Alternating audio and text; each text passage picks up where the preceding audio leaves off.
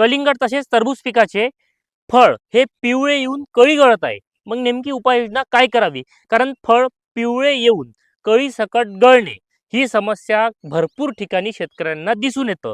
आता हे का होतं आणि यावरती उपाययोजना का करावी? कारण भरपूर शेतकरी यावर्षी कलिंगड पिकाची लागवड केलेली आहे आणि त्यांना तेथे योग्य मार्गदर्शन न मिळाल्यामुळे इकडून तिकडून सल्ला घेऊन ते तेथे उपयोग करतात आणि नको तो नुकसान करून तेथे बसतात।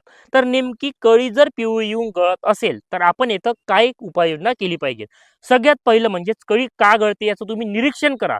तेथे मधमाशीने जर परागीकरण व्यवस्थित केलं नसेल आणि त्या फुलातून फळ बनण्याची जी प्रक्रिया ही जर पूर्ण झाली नसेल तर तेथे त्या फळाला काही उपयोग राहत नाही। अशा ठिकाणी ते फळ तेथे गळून जातं।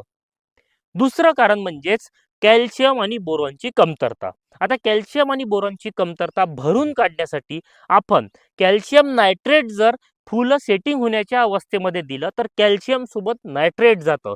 त्यामुळे तुम्ही अशा वेळेस ऑक्साईड फॉर्म मधलं कॅल्शियम सोडू शकता आणि त्याच्यासोबत तुम्ही 500 ग्रॅम बोरॉन सुद्धा देऊ शकता। म्हणजेच मी तुम्हाला दोन उपाय दिले, एक म्हणजे हायड्रोस्पीड किंवा तुम्ही ऑक्साईड मधलं कॅल्शियम आणि बोरॉन असं तुम्हाला हे करावं लागेल।